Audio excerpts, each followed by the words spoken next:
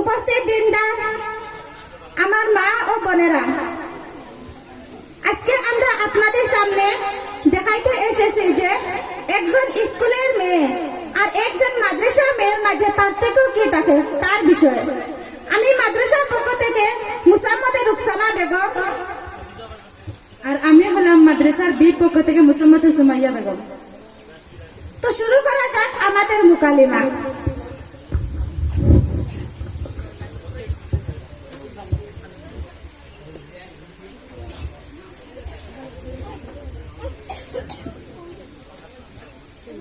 আসসালামু আলাইকুম সুমাইয়া।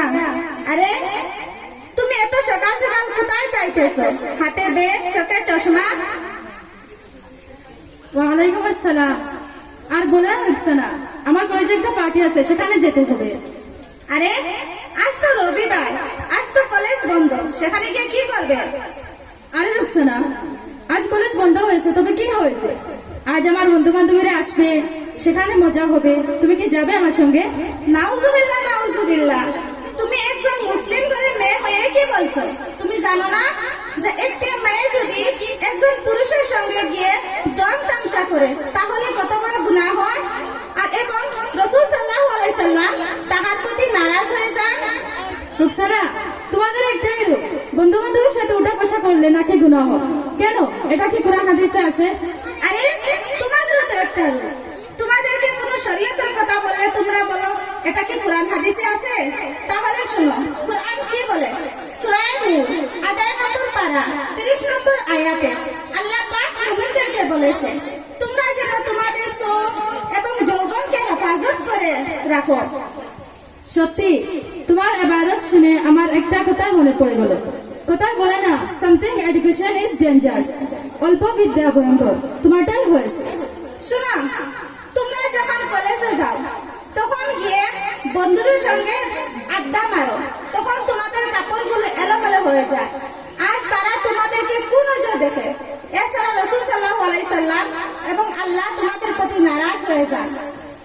হে রুকসানা, এটা ঠিক তুমি কি জানো সেটা বলো তো দেখি। তাহলে শোনো, আল্লাহ পাক আমাদেরকে 5 ওয়াক্ত নামাজ ফরজ করেছেন, সেই জন্য আমাদেরকে উযু করতে হয়। নামাজেরও ফরজ আছে আর উযুরও ফরজ আছে। না রুকসানা, এগুলো তোমার জানা নেই, কিন্তু তুমি আর কি জানো বলো তো দেখি। কেন বলবো না, অবশ্যই বলবো। তবে শোনো, প্রথমত আমাদেরকে নামাজ পড়তে গেলে উযুর মাধ্যমে পবিত্রতা অর্জন করতে হয়। উযুর ফরজ হলো 4টি। 1 নম্বর মুখমণ্ডল ধৌত করা, 2 নম্বর 2 হাতের কনিষ্ঠ ধৌত করা, 3 নম্বর মাথায় 4 ভাগের 1 ভাগ মুসলেট করা, 4 নম্বর 2 পা তকনিষ্ঠ ধৌত করা। এবং নামাজের ফরজ হলো 13টি, ভিতরে হলো 7টি আর বাহিরে হলো 6টি। এই সবকে সম্বন্ধ করে বলা হয়েছে, এক কাপড় কাইনি জায়গা পাক, অত পিটা সতর ডাক, মনে মনে নিয়ত রাখ, তাকবীরে তাহরিমা কিয়াম কর, রুকু বৈঠক শেষ বৈঠক কর।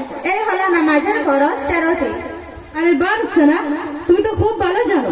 তাহলে তুমি আর কি কি জানো বলো তো শুনি। তুমি কি শোনাবে? কেন শোনাবো না, অবশ্যই শোনাবো।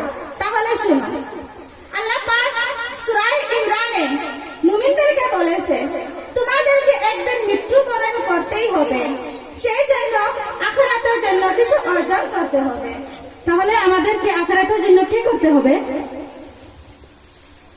প্রথমত আমাদেরকে 5 ওয়াক্ত নামাজ পড়তে হবে এবং রাসূল সাল্লাল্লাহু আলাইহি সাল্লামের দেখানোর পথে চলতে হবে।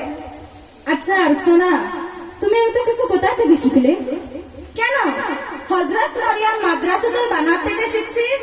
আমিও তোমার মতো শিখতে চাই, তুমি কি আমাকে শিখাবে? কেন শেখাবো না, অবশ্যই শেখাবো। যদি তুমি সময় দিতে পারো তবে তো শেখাবো। তাহলে আমি কলেজে যাই, কখন শিখবো? তুমি সপ্তাহে 6 দিন তোমার আখলাক ও চরিত্রকে হেফাজত করে তুমি কলেজে যাও, কেন না?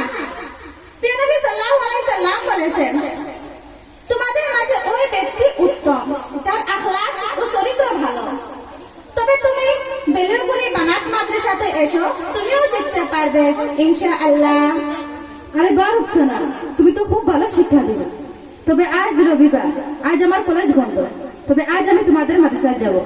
তো চলো, এতক্ষণে আমাদের উস্তাদ মশাই পড়াতে বসে গেছে।